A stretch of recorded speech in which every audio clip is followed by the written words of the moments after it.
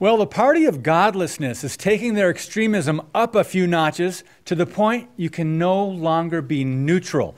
Just a handful of things liberal Democrats have supported in recent weeks include infanticide, anti-Semitism, environmentalism, illegal immigration, transgender surgeries, the LGBTQ agenda, legalizing prostitution, we'll get to that in a minute, and of course, socialism.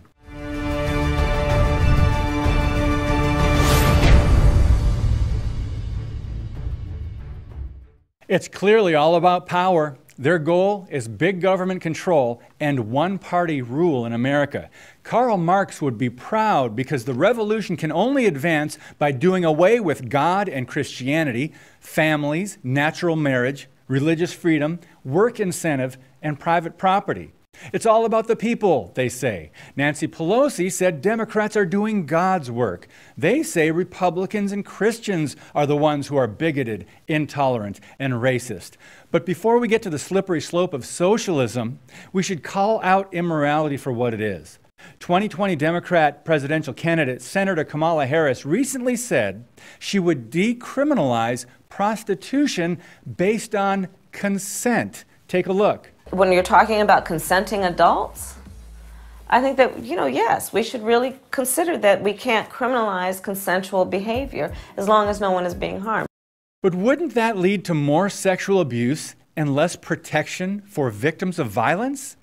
Next, you already know about Democrats in New York voting to legalize infanticide, the murder of a living baby, even up through the delivery process.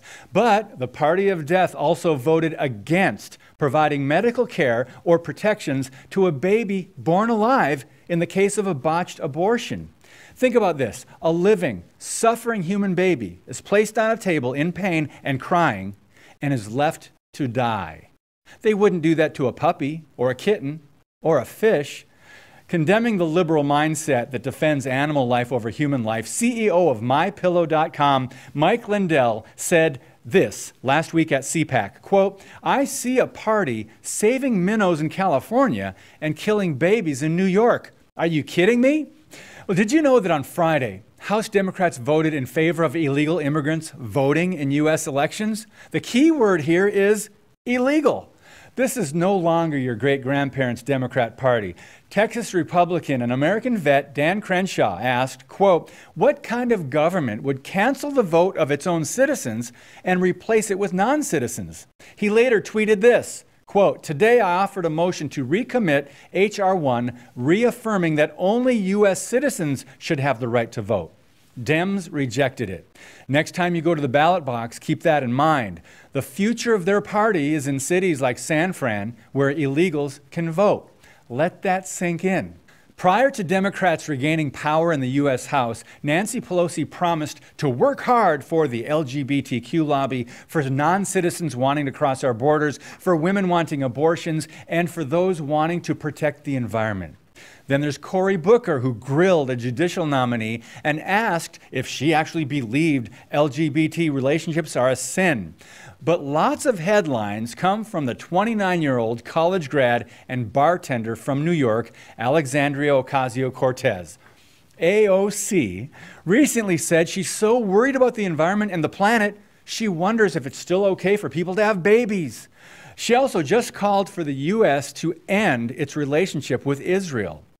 Her radical socialist policies should be concerning. The Green New Deal she introduced would cost trillions, and she doesn't even seem to care or understand how we'd pay for it. Writing about Democrat radicalism, Washington Times contributor Robert Knight stated, "But she's the new face of the Democratic Party's plunge into outright socialism." All 6 of the major contenders for the Democratic presidential nomination have endorsed her sweeping Green New Deal.